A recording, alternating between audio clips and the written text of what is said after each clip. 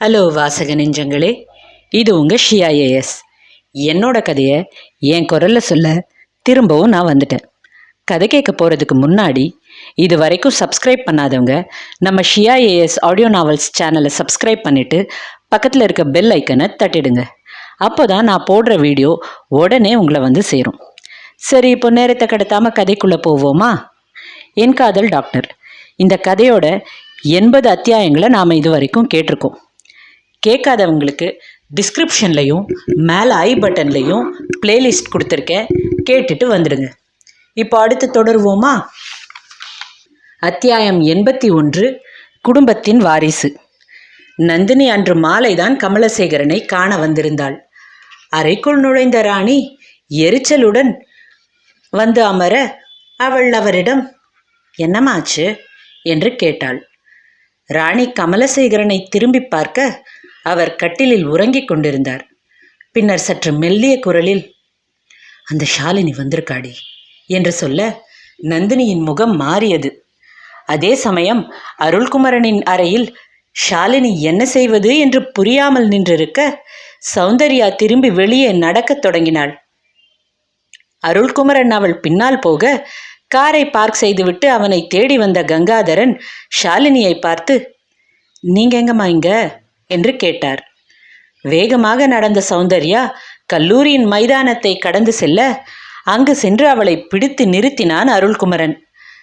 சௌந்தர்யா, நில்லுடி, எங்கடி போயிட்டுருக்க என்று அவன் கேட்க அவள், இங்கிருந்து தூரமாக போகணும், கூட்டிட்டு போங்க என்று கூறினாள். அவன் ஒரு நொடி அவளை பார்க்க அவள் கண்களில் இருந்து கண்ணீர் நிற்காமல் வழிந்தது. தன்னை அமைதிப்படுத்த முயன்ற அவன், அப்ப என் கூட வா என்று கூறி நேராக கார் பார்க்கிங் சென்று அங்கிருந்து அவளை காரில் ஏற்றி வெளியே அழைத்துச் சென்றான். நீண்ட நேரம் காரை ஓட்டியவன் யாருமற்ற கடற்கரை சாலையில் காரை ஓரமாக நிறுத்திவிட்டு அவளை திரும்பி பார்க்க அவள் அப்போதும் அழுது கொண்டே இருந்தாள். அவன் மனம் வெகுவாக வலித்தது. கார் நின்றதை கவனித்த சௌந்தர்யா கண்களை துடைத்து கொண்டு அவனிடம் திரும்பினாள். அவன் பேச வாயை திறக்கும் முன் அவள், எதுக்கு உங்க அம்மா கிட்ட அப்படி ஒரு பொய்ய சொன்னீங்க என்று கேட்டாள். அவளுக்கு விளக்கம் கொடுக்க அவன் காத்திருக்க அந்த கேள்வி அவனை அதிரச் செய்தது. அவன் அவளை பார்த்திருக்க அவள், என்ன பார்க்குறீங்க என்று கேட்க அவன், உனக்கு எப்படி தெரியும் என்று மட்டுமே கேட்டான். பாருங்க, எனக்கு அதெல்லாம் தெரியாது, எனக்கு எதுவுமே தெரியாது. எனக்கு தெரிஞ்சதெல்லாம் என் புருஷன் அப்படி ஒரு காரியத்தை பண்ணியிருக்க மாட்டார், அவ்வளவுதான் என்று அவள் உறுதியாக சொல்ல அவன் கண்கள் மெல்ல கலங்க இதழ்களில் மெல்லிய புன்னகையுடன் அவளை பார்த்தான். அருள்குமரனுக்கு மனதில் இருந்த பெரிய பாரம் விலகியது போல தோன்றியது. எப்படி சொல்ற என்று அவன் அடுத்த கேள்வியை கேட்க அவள், எனக்கு அநியாயம் நடக்கக்கூடாதுன்னு என் கழுத்தில் தாலி கட்டினவர் நீங்க ஒரு குழந்தைய அப்படி பெற்று அநியாயமாக விட்டுருப்பீங்கன்னு என்னால் நம்ப முடியல, நான் நம்ப மாட்டேன் என்றாள். அந்த பதில் அவனை முழுவதுமாக உடைத்திருக்க அவளுடைய கைகளை பிடித்து கொண்டு தலையை சாய்த்து அழத் தொடங்கினான். பதறிய சௌந்தர்யா, என்னங்க என்னங்க என்று அவனை நெருங்கி அவனுடைய முகத்தை நிமிர்த்தி பார்க்க முயன்றாள்.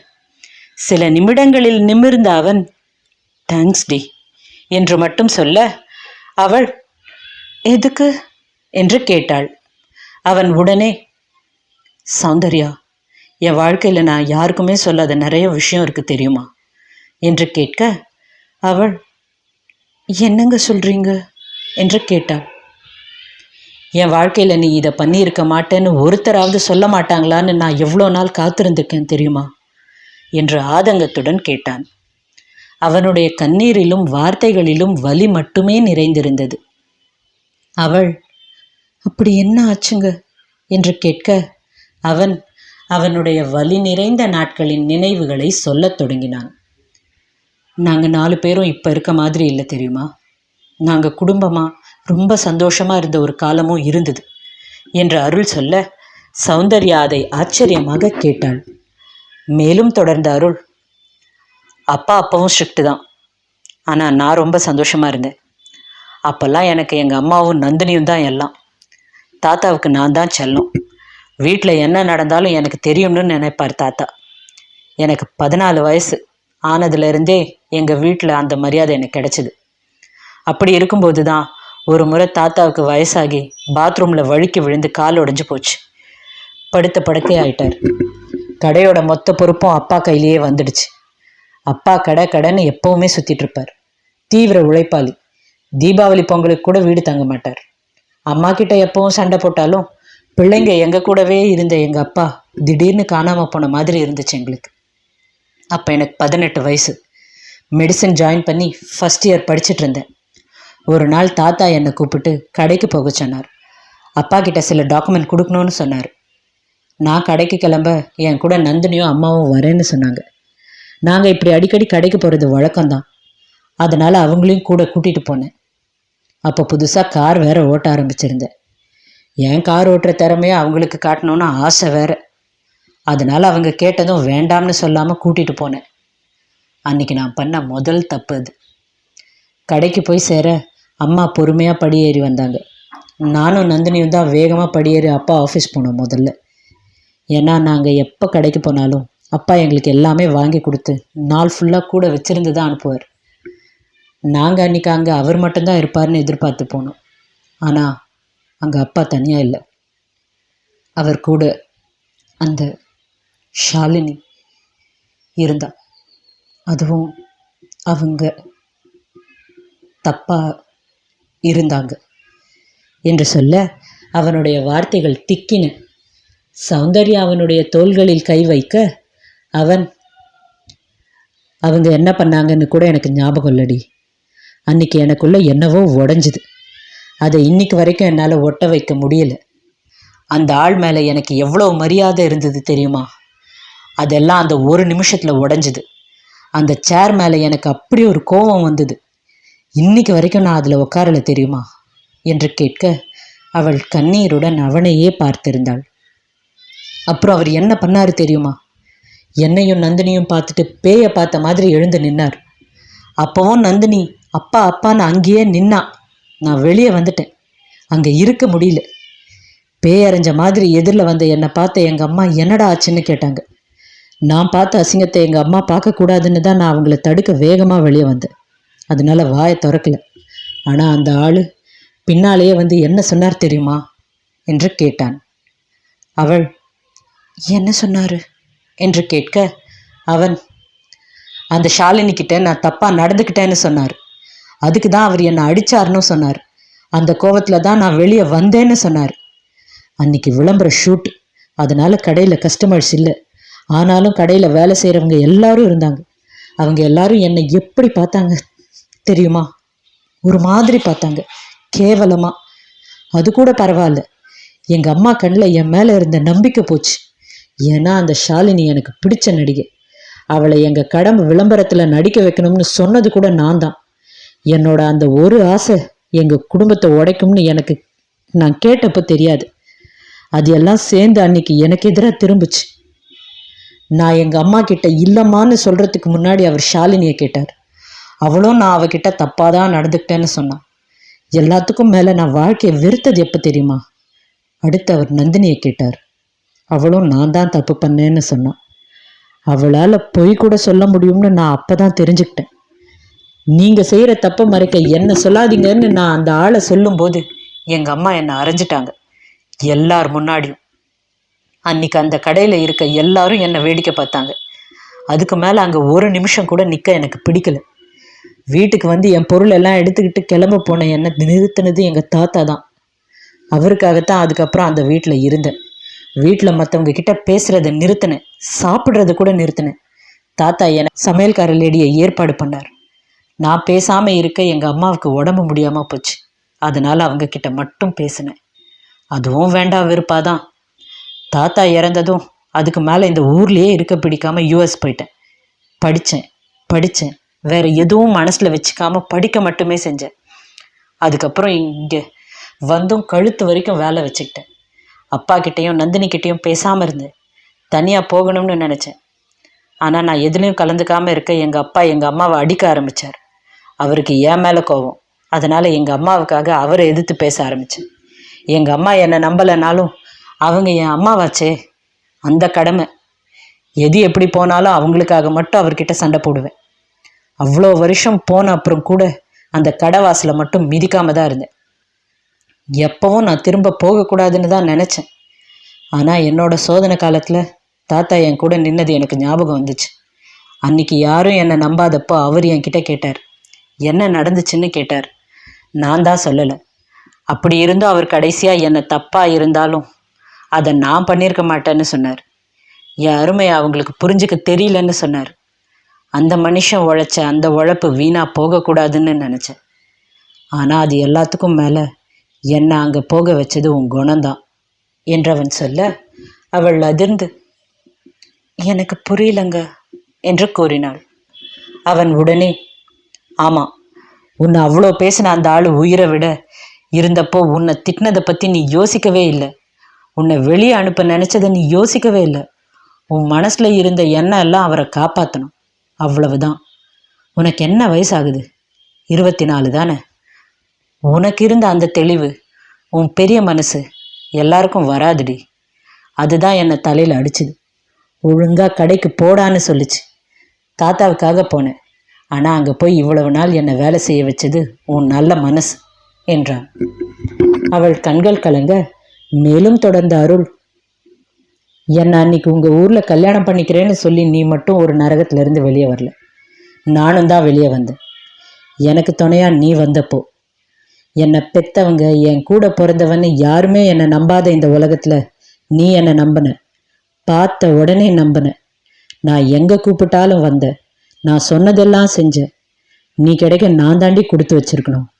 எத்தனை பேருக்கு இப்படி ஒரு பொண்ணு கிடைப்பா என்று கேட்டு அவன் அவளுடைய கன்னத்தில் முத்தமிட அவள் கண்ணீருடன் அவனை அணைத்து கொண்டாள். அவர்கள் பல ஆண்டுகள் சேர்ந்து வாழ்ந்திருந்தாலும் முதல் முறையாக அவன் அவளிடத்தில் மனம் திறந்து பேசியது அன்றுதான். அவனுக்குள் இத்தனை இருக்கிறதா? அவன் மனதில் தான் இந்த இடத்தில் இருக்கிறோமா என்று யோசித்த சௌந்தர்யா அவனை இன்னும் நெருங்கி அணைத்தாள். மேலும் கண்கள் கலங்கினாலேயே முகத்தை திருப்பி அனைத்தையும் மறைத்துவிடும் அருள்குமரன் அன்று அவளுக்கு முன்னர் அனைத்தையும் வெளிப்படையாக சொல்ல அவள் மனதில் ஒரு பெரிய மாற்றம். மனதில் ஒரு குரல் அவனை எக்காலத்திலும் பிரிந்து விடாதே என்று கூறியது. சில நிமிட மௌனத்திற்கு பின் தன்னை ஆஸ்வாசப்படுத்தி கொண்ட அருள்குமரன் அவளை பார்த்து, கிளம்புவோமா என்று கேட்க அவளும் சரி என்று கூறினாள். இருவரும் மருத்துவமனைக்குள் நுழைய அருள்குமரன் சௌந்தர்யாவின் கையை பிடித்து உள்ளே அழைத்துச் சென்றான். அதே சமயம் அங்கே கமலசேகரன் அறையில் நின்றிருந்தாள் ஷாலினி. அவர்கள் சென்று பார்க்க நந்தினி கண்களில் இருந்த கண்ணீரும் ராணியின் முகத்தில் இருந்த வலியும் அவர் உண்மையை தெரிந்து கொண்டார் என்று காட்டியது. அருள்குமரனை கண்டதும் கமலசேகரன் ஷாலினியிடம், நீ போ, உனக்கு தேவையானது வந்து சேரும் என்று சொல்ல ஷாலினி கலங்கிய விழிகளுடன் அங்கிருந்து புறப்பட்டு சென்றாள். அவள் சென்ற அடுத்த நொடி ராணி உடைந்து அழுதார். எதுக்கு அப்படி பண்ணீங்க என்று ராணி கமலசேகரனை பார்த்து கேட்க அவர், அறிவில்லை, தப்பு பண்ணிட்டேன், நிறைய தப்பு பண்ணிட்டேன். உனக்கு, அவனுக்கு, நந்தினிக்கு, ஷாலினிக்கு, அவ பொண்ணுக்கு, அப்புறம் இப்போ வந்த சௌந்தர்யாக்குன்னு எல்லாருக்கும் என்று சொல்ல ராணி அருள்குமரனை திரும்பி பார்த்தார். அவன் மௌனமாக நிற்க ராணி அவனிடத்தில் வந்து, உன்னை நான் நம்பலன்னு நீ சொன்னது ரொம்ப சரி. தப்பு எல்லாம் என்னோடது தான். கட்டின புருஷன் சொன்ன பேச்சை கேளுன்னு பெத்தவங்க எந்த காலத்துலேயோ சொன்னதை நம்பி நான் பெத்த பிள்ளைய இவ்வளோ காலம் சந்தேகப்பட்டுட்டு இருந்திருக்கேன். இன்னைக்கு கூட அந்த ஷாலினி வந்து புள்ள பெத்தேன்னு சொன்னப்போ அது உன் புள்ளதான்னு நினச்சேன் பாரு. முட்டாள் நான். உண்மை என் கண்ணு முன்னாடி இருக்கும்போதே பார்க்க திறமை இல்லாத ஒரு ஜென்மம். அவ பெத்த பொம்பளை புள்ள உன் புள்ள இல்லை, உங்க அப்பாவோடது என்று சொல்லிய போதே அவருடைய குரல் கம்மியது. அவனுடைய தோளில் தட்டி, என்னை மன்னிச்சிடு சாமி என்று கூறிவிட்டு கமலசேகரனிடம் திரும்பினார் ராணி. இவ்வளவு நாள் உங்களை நான் எதிர்த்து ஒரு வார்த்தை கூட பேசினதில்லை, இனியும் பேச மாட்டேன். ஆனால் உங்கள் பக்கத்தில் இருக்க எனக்கு பிடிக்கல. நான் வீட்டுக்கு போகிறேன். இன்னைக்கு ஒரு நாள் நான் உங்களை விட்டு இருக்கணும். நாளைக்கு காலையில் வரேன். அது வரைக்கும் என்னை தேடாதீங்க என்று ராணி சொல்லிவிட்டு போக நந்தினி, அம்மா அம்மா என்று அழுதாள். கமலசேகரன் விரக்தியில் உறைந்தார். அருள்குமரனும் சௌந்தர்யாவும் அவரை பார்த்து அப்படியே நின்றனர். அத்தியாயம் 82 தவறுகள். அடுத்து வந்த நாட்களில் ராணி மருத்துவமனை வந்தாலும் கமலசேகரனிடம் பேசாமல் இருக்க அவர் மிகவும் சோர்ந்து போயிருந்தார். நந்தினியும் தந்தையிடத்தில் அதிகம் பேசாமல் தான் இருந்தாள். அருள்குமரன் எப்போதும் போல அவரை கண்டுகொள்ளாமல் இருக்க சௌந்தர்யா மட்டும் அவரிடத்தில் இயல்பாக பேசினாள். அவருக்கான தேவைகளை பார்த்து பார்த்து கவனித்துக் கொண்டாள். அவர் ஒரு நாள், உனக்கு என் மேல கோவம் இல்லையாம்மா என்று கேட்க அவள், உங்க மேல எல்லாரும் கோவப்படும் போது நானும் கோவப்பட்டு என்னாக போகுது மாமா என்று கேட்டாள். அவளை நன்றியுடன் பார்த்த கமலசேகரன் கடிந்து பேசிய நாட்களை எண்ணி வருந்தினார். அடுத்து வந்த சில நாட்களில் ஷாலினி அவளுக்கும் கமலசேகரனுக்கும் பிறந்த மகளுடன் மருத்துவமனை வந்திருக்க ராணி அவர்களை வெகுவாக முறைத்துவிட்டு அந்த அறையின் மூலையில் சென்று அமர்ந்து கொண்டார். கமலசேகரன் அனைவரிடமும் கோபமாக பேசினாலும் தன்னுடைய இளைய மகளிடம் மிகவும் இயல்பாக பேசினார். அப்போது அங்கே அருள்குமரன் வர, ஷாலினி, கண்மணி இது என்று அறிமுகப்படுத்த தயங்க அவன், உங்க அண்ணன் அருள்குமரன் என்றான். ராணியின் முகம் கடுகெடுத்தாலும் அவன் அந்த பெண் பிள்ளையிடம் இயல்பாகத்தான் பேசினான். சௌந்தர்யாவிடமும் தன் மகளை ஷாலினி அறிமுகம் செய்து வைக்க சௌந்தர்யா, கண்மணி என் கூட வரீங்களா, ஹாஸ்பிட்டல் சுத்தி பார்த்துட்டு வருவோம் என்று சொல்லி நிலைமை புரிந்து அவளை அங்கிருந்து அழைத்து போக வினவினாள். கண்மணியும் ஒப்புக்கொள்ள இருவரும் மருத்துவமனையை சுற்றி பார்த்து வர அங்கிருந்து புறப்பட்டு சென்றனர். அவர்கள் சென்றதும் அதுவரை மௌனமாக இருந்த ராணி அறையில் இருந்து வெளியேற போக, ஷாலினி, ஒரு நிமிஷம் நில்லுங்க, நான் உங்ககிட்ட பேசதான் வந்தேன் என்றாள். இன்னும் என்னடி நீ என்கிட்ட சொல்ல வேண்டி இருக்கு? அவருக்கு உன்னைத்தான் பிடிக்கும், அதைத்தானே சொல்ல போற என்று ராணி கேட்க அவள், அது எதுவுமே இல்லை, நானும் கண்மணியும் லண்டன் போறோம், அவளை படிக்க வைக்க போறேன், திரும்ப இந்தியா வர ஐடியா இல்லை என்று சொல்ல ராணி, இதுக்கு மேல நீ போனா என்ன போகலன்னா என்ன என்று கேட்டார். உங்க கோபம் எனக்கு புரியுது, உங்க கோபம் ரொம்ப நியாயம். அன்னைக்கு எனக்கு இருந்த சூழ்நிலை அப்படி, நான் இருந்த இடம் அப்படி. எனக்கு இந்த சமுதாயத்துல ஒரு பிடிமானம் தேவைப்பட்டது. உங்க புருஷன் பேர் என் பின்னாடி இருந்தா எனக்கு பாதுகாப்புன்னு நினைச்சேன். நான் தான் அவரை தேடி போனேன், துரத்துனேன், அவரோட காசுக்காகவும் தான். அப்ப வயசு கம்மி, அறிவு பத்தல, தப்பு பண்ணேன், திரும்ப திரும்ப தப்பு பண்ணேன். அவர் வேண்டாம் சொன்னப்ப நான் புரிஞ்சுக்கல. அவர் இங்க வந்து ஹாஸ்பிட்டல்ல படுக்கிற வரைக்கும் கூட நான் பண்ண தப்ப நான் உணரல. ஆனா இப்போ உணர்ந்துட்டேன்.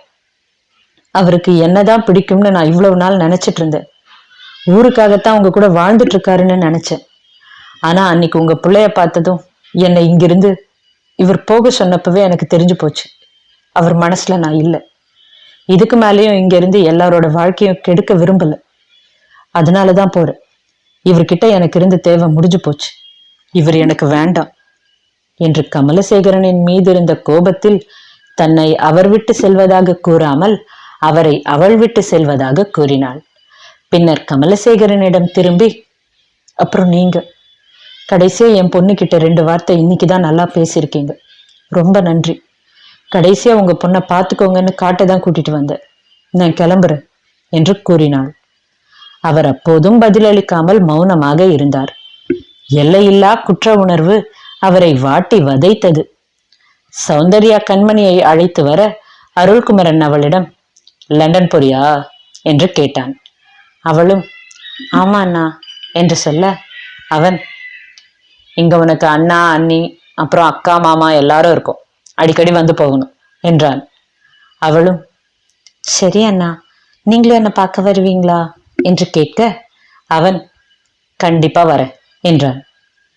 நந்தினி கண்மணியை பார்த்து சிரித்தாலும் பேச தயங்கினாள்.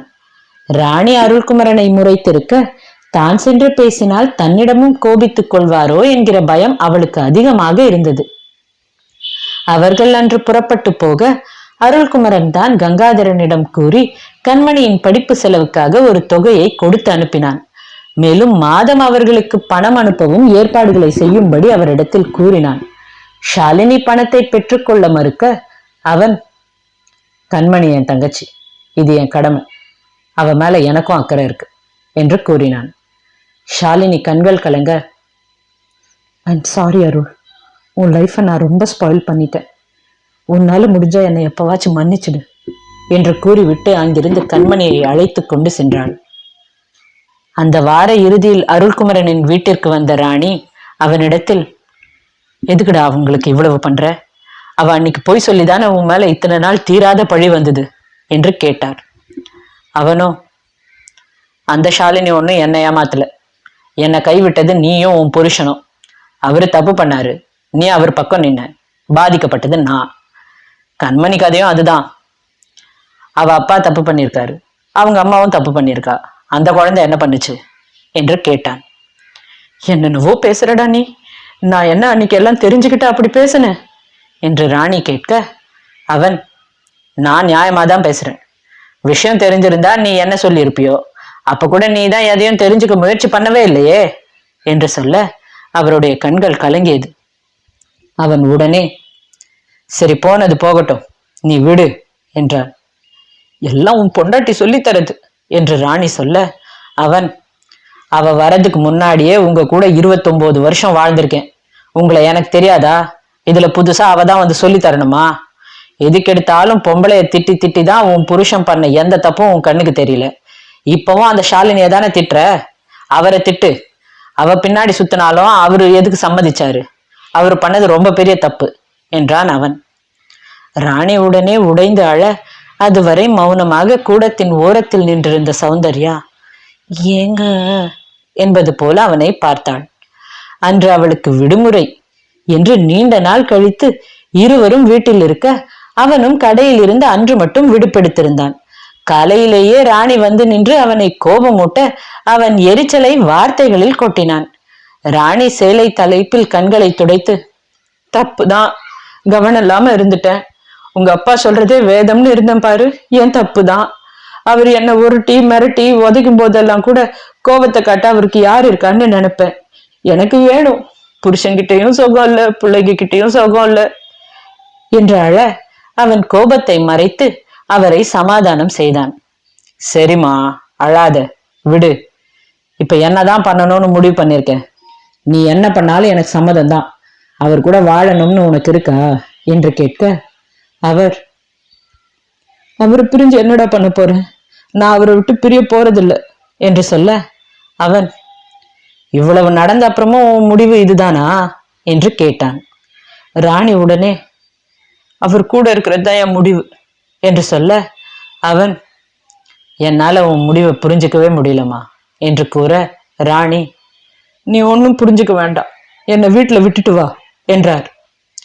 அவனும் சரி என்று கூறி அவரை அழைத்து சென்று காரில் விட்டு வீட்டுக்கு வர சௌந்தர்யா அவனுக்காக காத்திருந்து டைனிங் டேபிளில் அமர்ந்திருந்தாள். அவள் முகத்தை கண்டதும் அருள்குமரனுக்கு மனதில் இருந்த சோர்வு அனைத்தும் சென்ற இடம் தெரியாமல் சென்று மறைந்தது. சுற்றி நடக்கும் கலவரங்களில் அவளுடன் கிடைக்கும் நேரத்தை வீணடிக்க கூடாது என்று எண்ணினான் அருள்குமரன். அவன் சென்று அவளை பின்னால் அணைத்து, உன்னை இப்படி கட்டி பிடிச்சு எவ்வளோ நாள் ஆச்சு என்று கேட்க அவனுடைய தாடையில் வளர்ந்திருந்த மெல்லிய தாடியை உரசி, ரொம்ப நாள் ஆச்சு என்றாள். இன்னும் 1 மாசம் 5 மாசம் ஓடி போச்சு, அப்புறம் மாமா வந்துடுவேன், நாம டெய்லி பண்ணலாம் என்று அருள்குமரன் சொல்ல அவள், என்ன பண்ணாங்க என்று கேட்டாள். அவன், மேட்ரு தான் என்று சொல்ல அவள், வர வர ரொம்ப மோசமா பேசுறீங்க என்று கூறினாள். அவன், நான் எப்படி நல்லா பேசியிருக்கேன் என்று அவளுடைய சேலை முந்தானையை பிடித்து இழுத்தான்.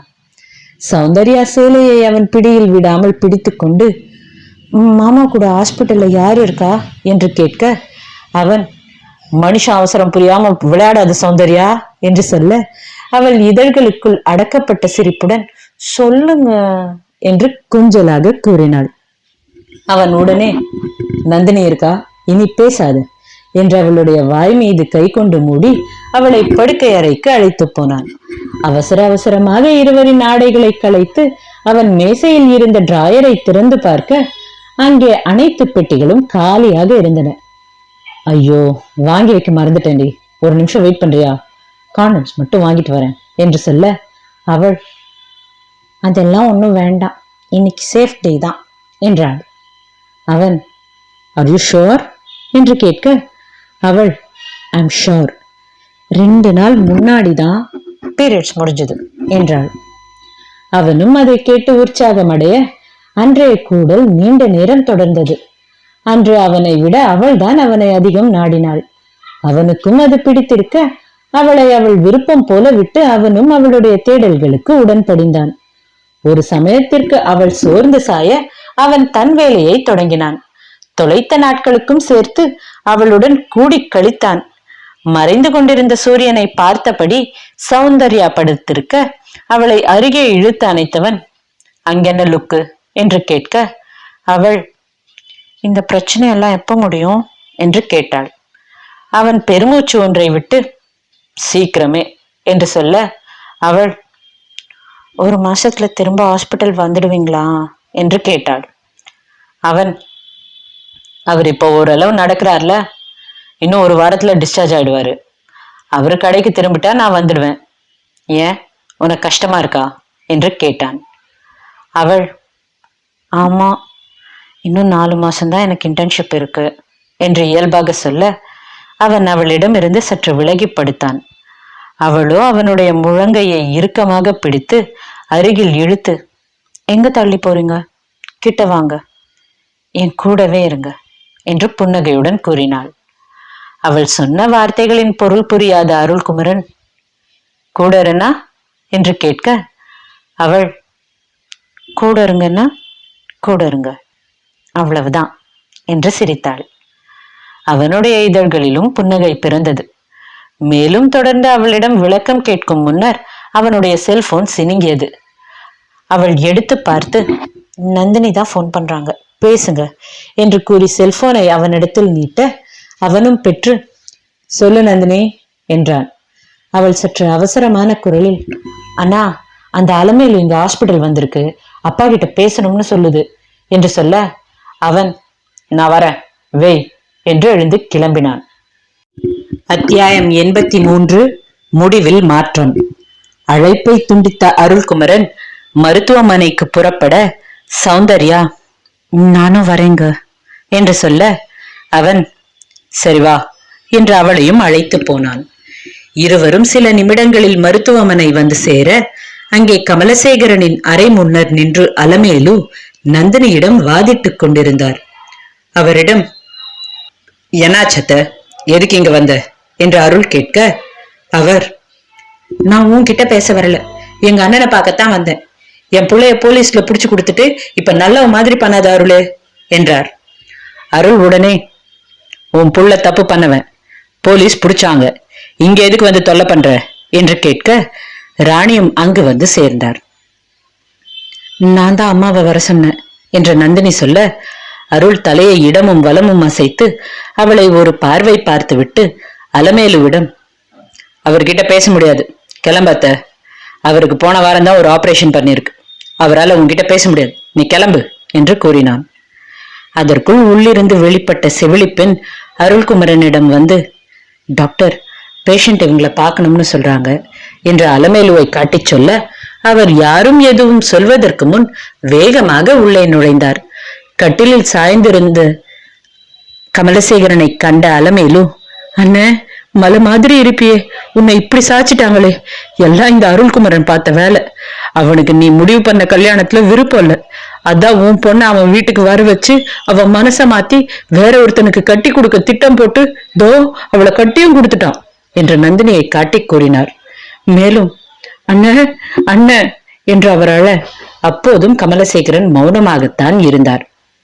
சேலை தலைப்பில் கண்களை துடைத்த அலமேலு, இந்த தங்கச்சி இத்தனை மாசமா வந்து பாக்கலன்னு கோவப்படுறியான்னு, என் நேரம் அப்படி இருந்துச்சு. அந்த திவ்யா பொண்ணு திலீப் அரெஸ்டான 3வது நாளே எவனையோ லவ் பண்றேன்னு ஓடி போயிட்டா, என் புருஷன் இடிஞ்சு போயிட்டாரு என்றார். அத்தை, எங்களுக்கு இந்த விஷயம் எல்லாம் ஏற்கனவே தெரியும். வெங்கடேச மாமா அப்பாவை பார்க்க வந்தப்போ சொல்லிட்டு தான் போனார். நீ இப்ப பேசாம கிளம்பு, அவரை டென்ஷன் பண்ணாத என்று அருள் சொல்ல கமலசேகரன் அவன் அப்பா என்று கூப்பிட்டதை திரும்பி கவனித்தார்.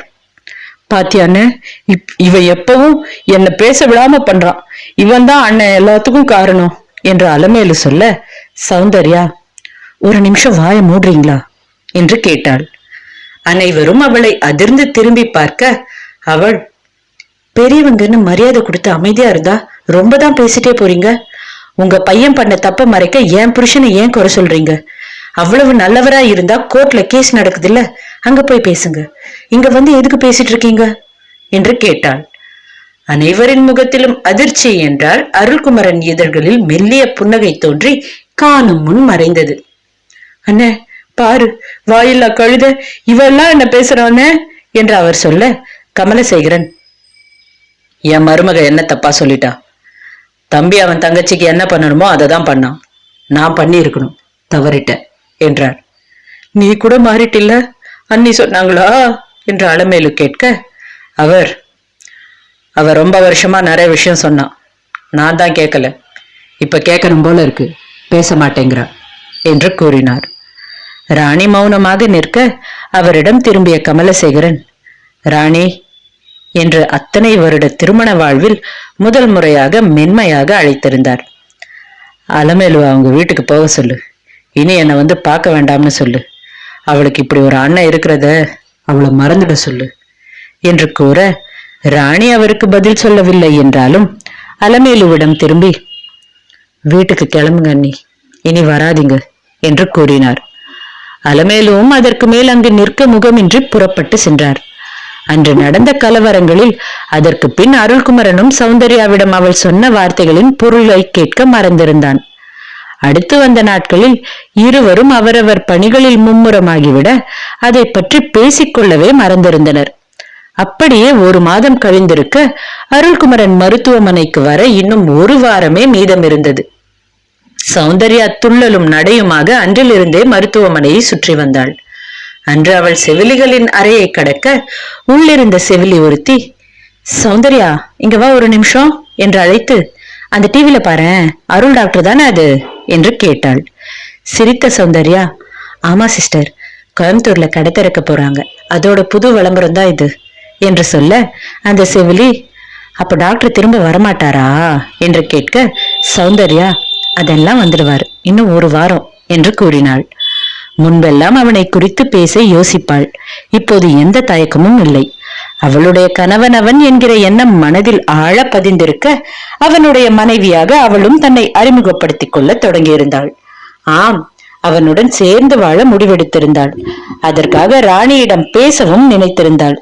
அன்று காலை கூட கண்ணாடியின் முன், உங்க மகன் என் கூட தான் சந்தோஷமா இருக்கேன்னு சொல்றார், என்ன அவர் ரொம்ப நம்புறார், அவரை விட்டுட்டு போக எனக்கு விருப்பம் இல்லை, நீங்க என்ன சொன்னாலும் சரி, நான் அவர் கூட தான் இருப்பேன், நான் சத்தியம் பண்ணேன்தான், இல்லன்னு சொல்லல, ஆனா அந்த சத்தியம் எல்லாத்தையும் விட எனக்கு வாழ்க்கை கொடுத்து என்னை காப்பாத்தின உங்க பையன் தான் எனக்கு ரொம்ப முக்கியம், அவர் இல்லாம என்னால இருக்க முடியாது, அவர் தான் எனக்கு எல்லாம், எங்களை பிரிச்சிடாதீங்க என்று சொல்லி பெருமூச்சு விட்டு,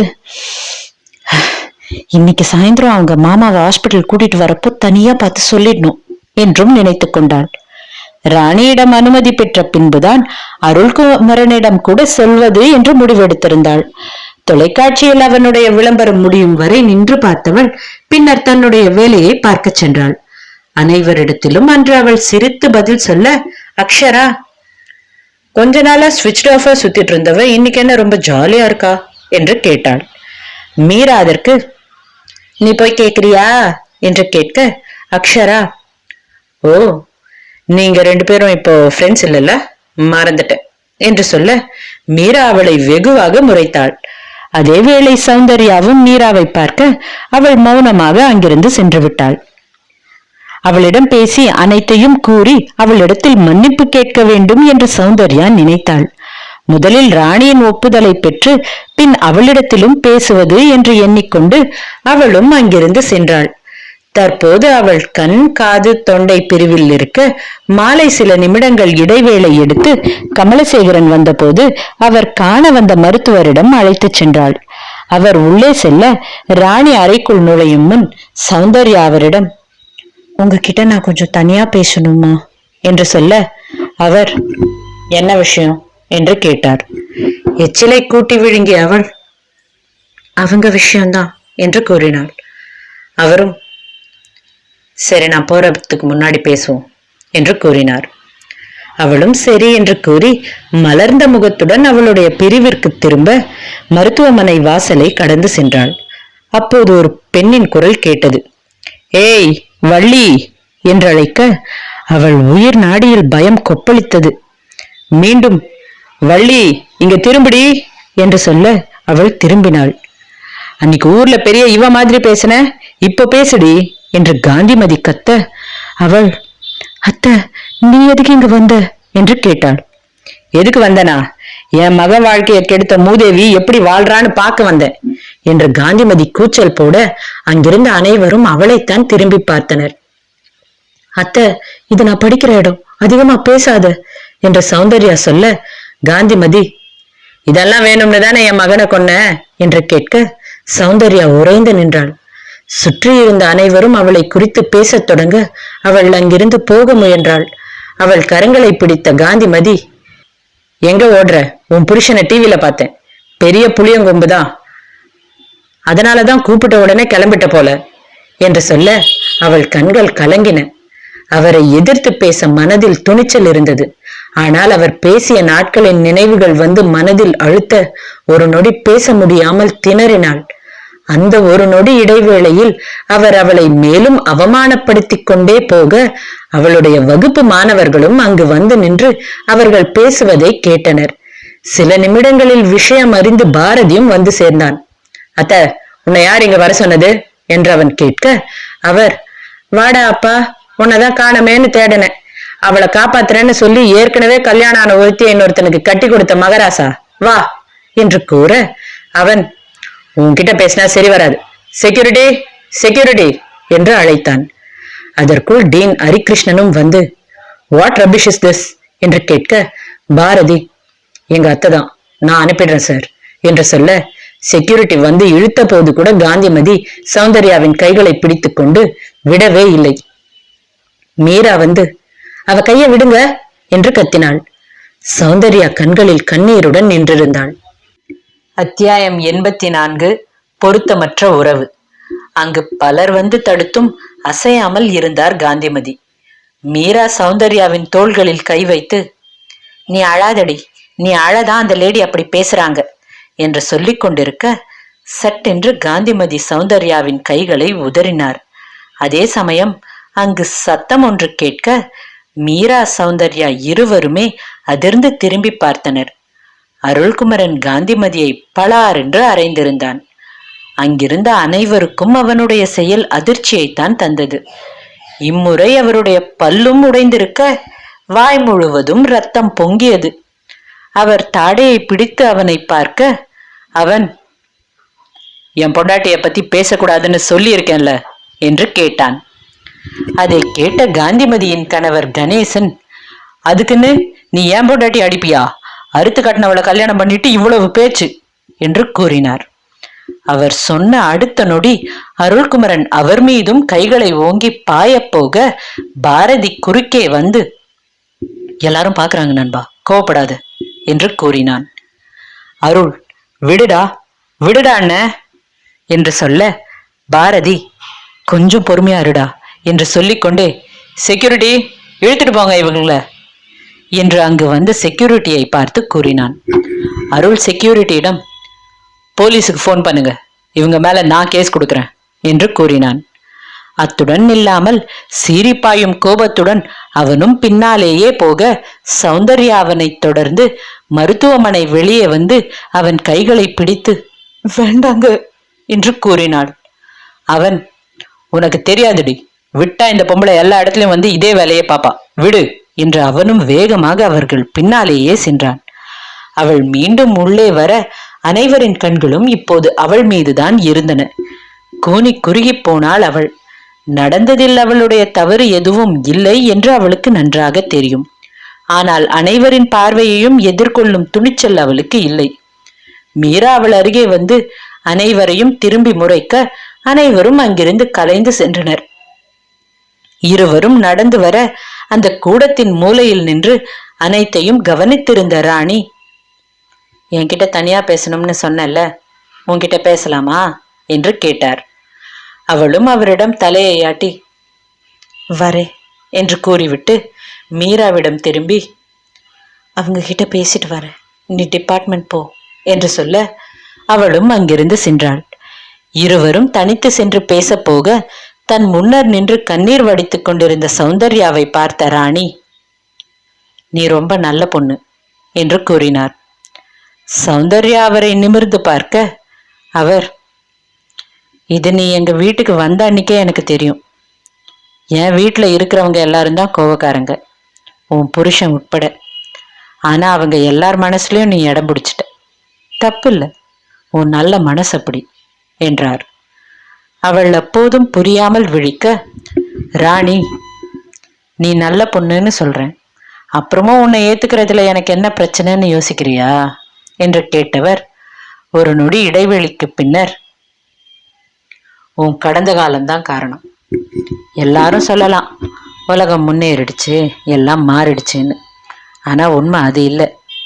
இன்னைக்கு என் புள்ள தாலி உன் கழுத்துல இருக்கலாம், ஆனா நீ அறுத்து கட்டினது மாறாதில்ல என்று கேட்டார்.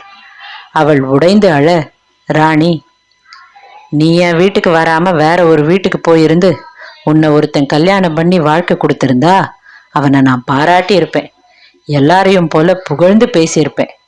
ஆனா அந்த ஒருத்தன் என் மகனா இருக்கும்போதுதான் என்னால் அதை ஏத்துக்க முடியல. என் உலகம் ரொம்ப சின்னது. என் புருஷன், என் பசங்க, அவ்வளவுதான். என் புருஷன் தப்பு பண்ணப்ப கூட அவரை விட முடியல. அவ்வளவுதான் என் வாழ்க்கை. நான் சகிச்சுட்டு வாழ்ந்துடுவேன்.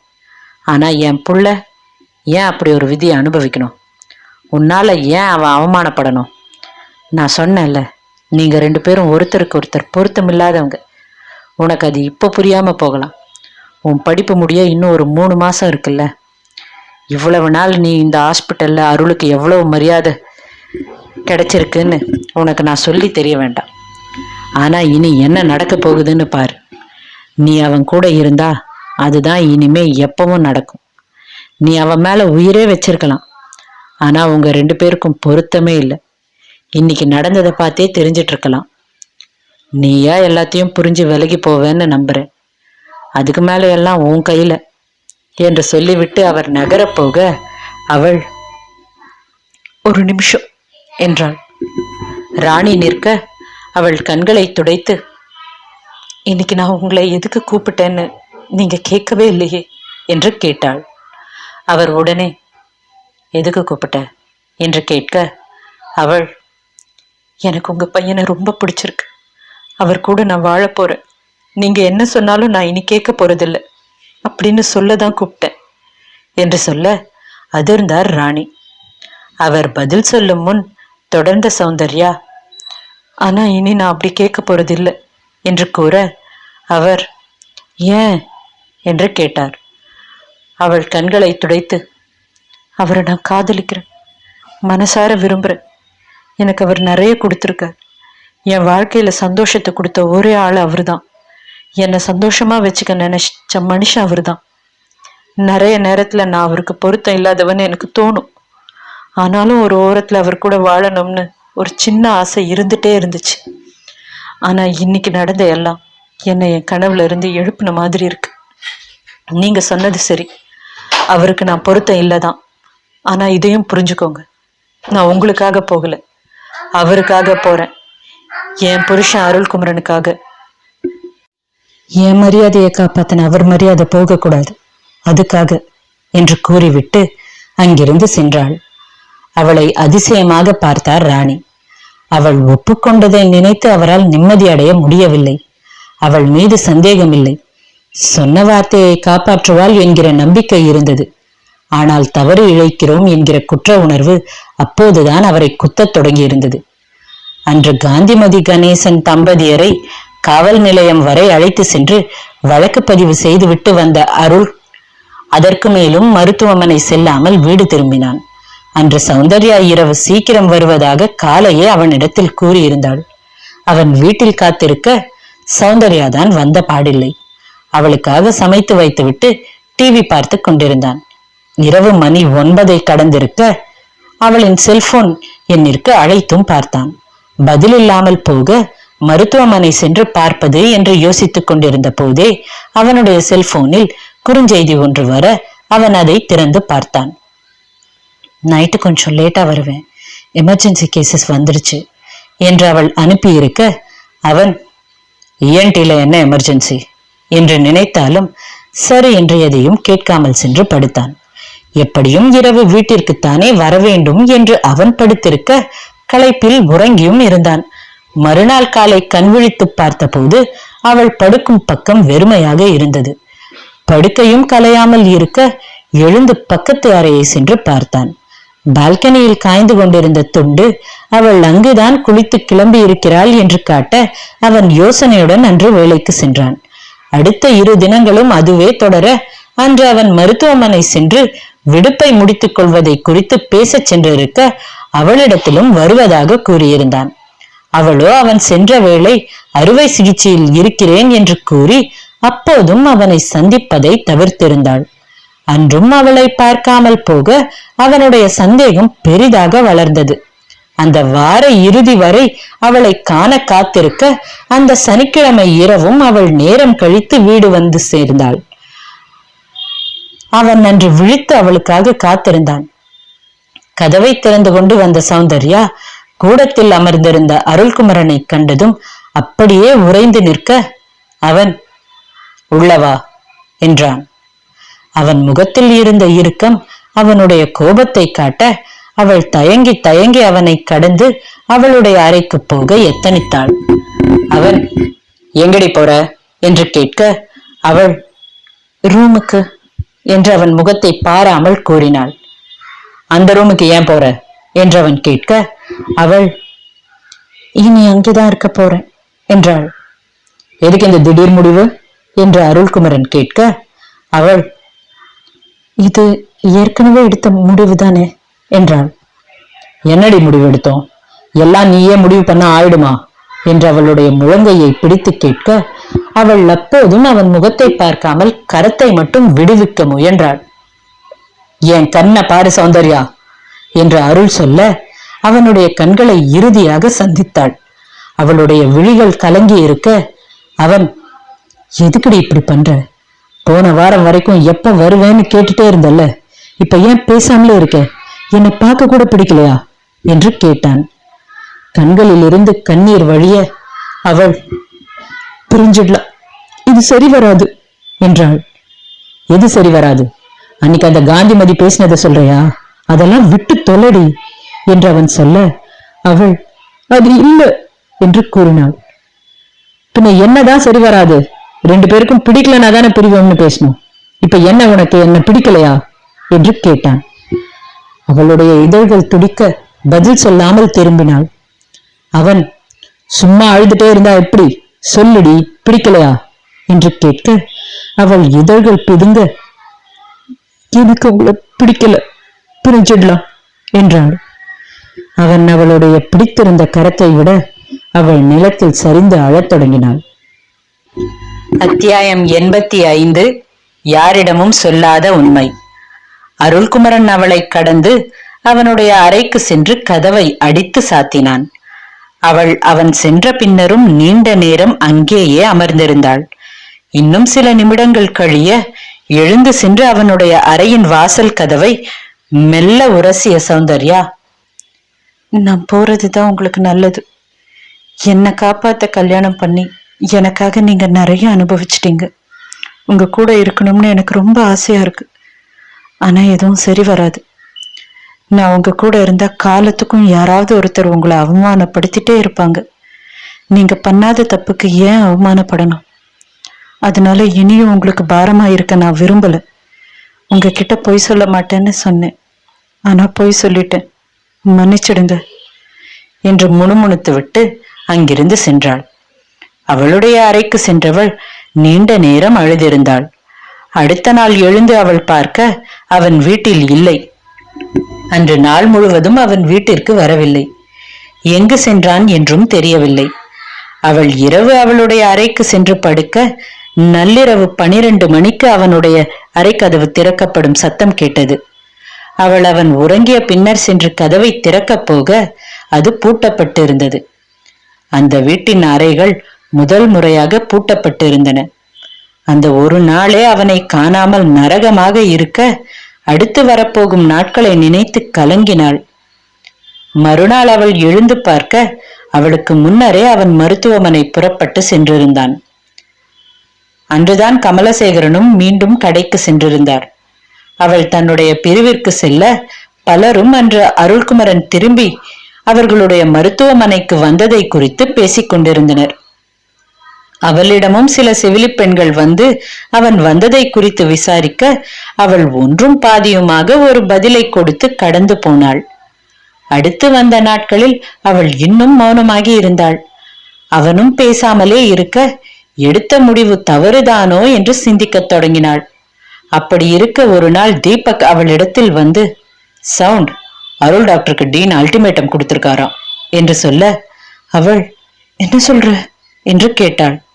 அவன் உடனே, அன்னைக்கு அந்த லேடி வந்து பேசினாங்கல்ல, அதுக்குதான் டீன் கூப்பிட்டு அல்டிமேட்டம் கொடுத்திருக்கார் போல என்று கூறினான். ஐயோ என்று பதறிய சௌந்தர்யா, என்ன சொன்னாரு டீன் என்று கேட்க அவன், வேலைக்கு பிரச்சனைன்னு சொல்லியிருக்காங்க என்று கூற அவள், ஒரு நிமிஷம் இரு என்று அங்கிருந்து அருள்குமரனின் அலுவலகம் நோக்கி ஓடினாள். அவனுடைய அலுவலக வாசலில் சென்று நின்றவள் அறைக்குள் அவனை கண்டதும் வேகமாக உள்ளே சென்று, டீன் என்ன சொன்னாரு என்று கேட்க அவன், என் ரூமுக்குள்ள என் பெர்மிஷன் இல்லாம ஏன் வந்த என்று கேட்டான். அந்த கேள்வி அவளை தள்ளி நிறுத்த அவள், சாரி என்றாள். உடனே அவள் கண்கள் கலங்க அவன் பார்வையை திருப்பி, என் வேலை போகல, போடி என்றான். அவள் அதற்கு மேல் கேட்காமல் அங்கிருந்து போக அவன் அவளையே ஏக்கமாக பார்த்து நின்றான். அவள் மீண்டும் அவனை திரும்பி பார்க்க இம்முறை அவன் செல்போனை பார்த்து கொண்டிருந்தான். அவளுடைய மனதில் தோன்றிய சந்தேகம் மறைந்தது. அவனை விட்டுச் செல்வது என்று தான் எடுத்த முடிவு சரிதான் என்று எண்ணினாள். பாரதி சிறிது நேரத்திற்கெல்லாம் அவனை தேடி வந்து, டீன் ஏண்டா இப்படி இருக்கான், அவன் வேலைக்கு பிரச்சனை வந்துடக் கூடாதுன்னு இப்படி பம்முறான் என்று புலம்பினான். அதான் எதுவும் பிரச்சனை ஆகலல்ல, விடு என்று அருள் சொல்ல பாரதி, இன்னைக்கு உனக்காக கமிட்டி கிட்ட யார் பேசினது தெரியுமா என்று கேட்க அருள், யாரு என்று கேட்டான். கோபாலகிருஷ்ணன் தான். மனுஷன் அடிச்சு பேசிட்டார். எனக்கும் ஒரு பொண்ணு இருக்கு, ஒரு பொண்ணுக்கு வாழ்க்கை கொடுத்திருக்காரு, அவர் செஞ்சிருக்க வேலையை பாராட்டாம யாரோ ஒரு பொம்பளை வந்து பேசுனா ஹாஸ்பிட்டல் பேர் கெடுதுன்னு இப்படி பேசுறது ரொம்ப தப்பு. நீங்க இத காரணம் காட்டி அருள் வேலைக்கு பிரச்சனை பண்ணா நான் அசோசியேஷன்ல கம்ப்ளைண்ட் கொடுக்க வேண்டியிருக்கும். அப்படி இப்படின்னு பேசிட்டாரு. அப்புறம் அஸ்வதி வேற தனியா போய் என்னவோ பேசிச்சு என்றான். அருள் திரும்பி பார்க்க பாரதி, விக்கி கிட்ட கேட்டேன், நீ அவங்க அம்மா ஆபரேஷனுக்கு கடைசி நிமிஷத்துல ஹெல்ப் பண்ணல, அதெல்லாம் டீன் கிட்ட சொன்னா போல அஸ்வதி. அவரும் கடைசியா கமிட்டி கிட்ட பேசி பிரச்சனையை சரி பண்ணிட்டார் என்றான். அனைத்தையும் கேட்ட பின்னரும் அருள் மௌனமாக இருக்க பாரதி, நண்பா என்னாச்சு உனக்கு என்று கேட்க அருள், ஒன்னும் இல்லை என்று கூறினான். உன் முகம் சரியில்லையடா என்று பாரதி சொல்ல அவன், அதெல்லாம் ஒன்னும் இல்லை, தூக்கம் இல்லை, அவ்வளவுதான் என்று கூறினான். எப்படியும் மேலும் மேலும் கேட்டாலும் அவன் பேசப்போவதில்லை என்று புரிந்து கொண்ட பாரதி மேலும் அவனை கேள்விகள் கேட்காமல் விட்டான். அன்று மதியம் சௌந்தர்யா கேன்டீனில் அமர்ந்து சாப்பிட்டுக் கொண்டிருக்க அங்கே அருள்குமரன் பாரதியுடன் வந்தான். அவள் அவனை பார்த்திருக்க அவனோ அவளை கவனிக்காமல் தன் வேலையை மட்டும் கவனித்துக் கொண்டிருந்தான். அதேவேளை அங்கே அஸ்வதி வர அருள் அவளுடைய மேசைக்கு சென்றான். அவனை கண்டதும் முகம் மலர்ந்த அஸ்வதி, சொல்லுங்க அருள் என்று சொல்ல அவன் தேங்க்ஸ் என்றான். எதுக்கு என்றவள் கேட்க அவன், இல்ல இன்னைக்கு கமிட்டி முன்னாடி எனக்காக பேசுனீங்கன்னு பாரதி சொன்னான் என்று கூறினான். அவள் உடனே, நீங்க எனக்கு பண்ண ஹெல்ப்புக்கு இது ஒண்ணுமே இல்ல அருள், நீங்க என் ஃப்ரெண்டு என்றாள். அவன் மெல்லச் சிரித்து, உங்களை நான் இது வரைக்கும் ஃப்ரெண்டா பார்த்ததில்லை, கூட வேலை செய்யற டாக்டரா மட்டும்தான் பார்த்திருக்கேன் என்று சொல்ல சிரித்த அஸ்வதி, லைட்டா நெஞ்சு வலிக்குதே என்று கூறினாள். இப்போது இதழ்கள் பிரித்து சிரித்த அருள், இனிமே ஃப்ரெண்டு தான் நீங்க என்று கூறினான். அவளும், அந்த ப்ரமோஷன் போதும் என்று கூறினாள். இன்னும் சில வார்த்தைகள் பேசிவிட்டு அருள் சென்று மீண்டும் பாரதியுடன் அமர பாரதி, உனக்கும் என் தங்கச்சிக்கும் பிரச்சனையா என்று கேட்டான். அருள் பதில் சொல்லாமல் திரும்பி பார்க்க அவன் பார்வையை புரிந்து கொண்ட பாரதி, நீ அஸ்வதி கிட்ட பேச ஆரம்பிச்ச அடுத்த நிமிஷமே அவ எழுந்து போயிட்டாடா என்று கூறினான். அவ எப்ப போய் எதுக்கு கோவப்படுறான்னு யாருக்கு தெரியுது என்று கேட்டான் அருள்குமரன். குரலில் கோபம் இல்லை, எல்லையை கடந்த விரக்தி இருந்தது. அதற்கு மேல் பாரதி கேட்க முயல அருள் பதில் சொல்லாமல் தவிர்த்தான். பாரதி சௌந்தர்யாவிடம் பேசுவதற்கு முன்னர் செங்கமலத்தை தொலைபேசி வாயிலாக அழைத்தான். சித்தி, குட்டிமா கிட்ட பேசின என்றவன் கேட்க, அவர் பேசினப்பா, காலையில தான் பேசின என்று சொல்ல, பாரதி அருள் கிட்ட என்று கேட்க, செங்கமலம் மாப்பிள்ளை கிட்ட 2 நாள் முன்னாடி தான் பேசினேன், என்னாச்சு பாரதி என்று கேட்டார். அவன் ஒன்னல சித்தி என்றான். உங்க காந்திமதி அத்தை வேற ஊர்ல இல்ல, எங்க போனாங்க தெரியல. அன்னைக்கு கணேச அண்ணன் பேசினது பார்த்தா உன் பொண்டாட்டி தான் எதையோ போன் பண்ணி சொன்னான்னு சொல்லிதான் கிளம்பி போனாங்க போல என்று அவர் சொல்ல அதிர்ந்தான் பாரதி. அன்று காந்திமதி வந்து நடத்திய அந்த ஆர்ப்பாட்டத்தின் காரணம் தன் மனைவிதான் என்று புரிய வர பாரதி வேகமாக சௌந்தர்யாவை தேடிச் சென்றான். அவளை கண்டுபிடித்து, குட்டிமா சாரி, அன்னைக்கு காந்திமதி அத்தை என் பொண்டாட்டி பேச்சை கேட்டுதான் இங்க வந்திருக்கு, உனக்கு நானா பிரச்சனையா வந்துட்டேன் என்று பாரதி வருத்தத்துடன் சொல்ல, அவள் ஏன்னு சாரி எல்லாம் சொல்ற, அவங்களுக்கு முதல்ல இருந்தே என் மேல மன கஷ்டம் இருக்கதானே செஞ்சது, அவங்க செஞ்சதும் நல்ல வேலைதான், இல்லைன்னா எனக்கு என் நிலைமை புரிஞ்சிருக்காது என்று கூறினாள். ஏன் அப்படி சொல்ற, உனக்கும் அவர்களுக்கும் பிரச்சனையா என்று பாரதி கேட்க, அவள் இல்லை என்று தலையை ஆட்டி, எந்த பிரச்சனையும் இல்லைண்ணா, நல்லதா இருக்கும் என்றாள். உங்க 2 பேரை பார்த்தா அப்படி தெரியல, அருள் ரொம்ப அமைதியா இருக்க மாதிரி இருக்கு, உன் முகத்துல முன்னாடி இருந்த அந்த சந்தோஷம் கொஞ்சம் கூட இல்லை என்று சொல்ல, அவள் ஒன்னும் இல்லைண்ணா என்று கூற, அதற்குள் அவளுடைய பிரிவில் இருந்து வந்து அழைத்தனர். அவள் அவனிடம், நீ எங்களை பத்தி எதுவும் யோசிக்காதண்ணா, எல்லாம் சரியாதான் நடக்குது என்று கூறினாள். மேலும் நான் வரேன் என்று அவனுடைய பதிலுக்கு காத்திராமல் அங்கிருந்து சென்றாள். பாரதி அவர்களை கவனித்து வர அதுவே அவர்களின் இயல்பாகி போனது. இருவரும் இயல்பாக இருப்பது போல அனைவரிடத்திலும் காட்டிக்கொண்டாலும் அவர்களிடத்தில் இருந்த மாற்றம் நெருங்கி பழகிய அவனுக்கு தெரியத்தான் செய்தது.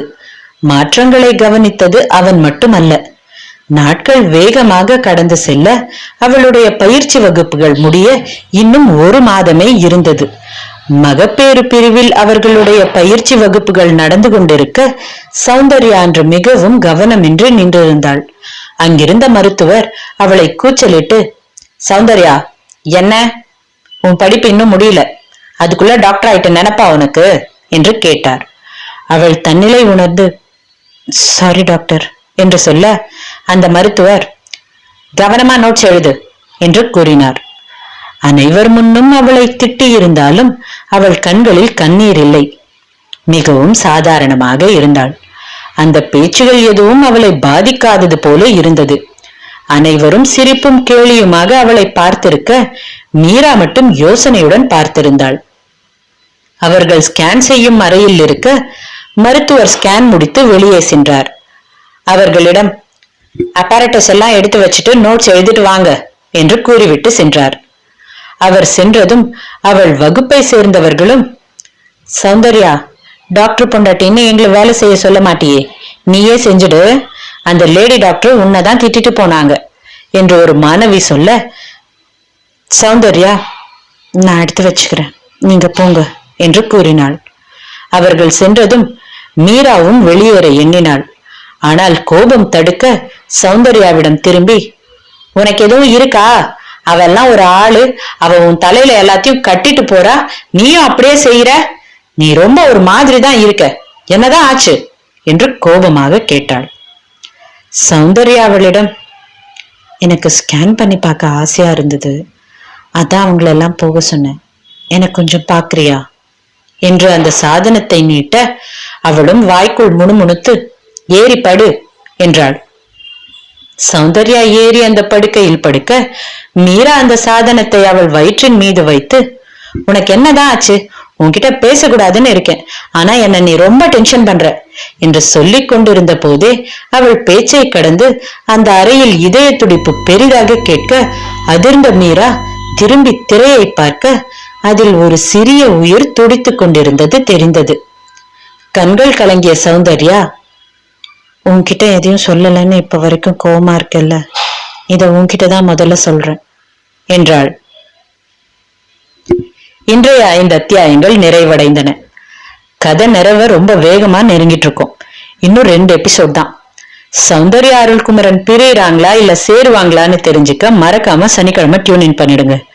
வீடியோ பிடிச்சிருந்தா லைக் அண்ட் கமெண்ட் பண்ணிட்டு கதை கேட்க விரும்புற உங்க நண்பர்களுக்கு இந்த வீடியோவை பகிர மறந்துடாதீங்க. சனிக்கிழமை பார்ப்போம். அது வரைக்கும் எல்லோருக்கும் பாய் பாய்.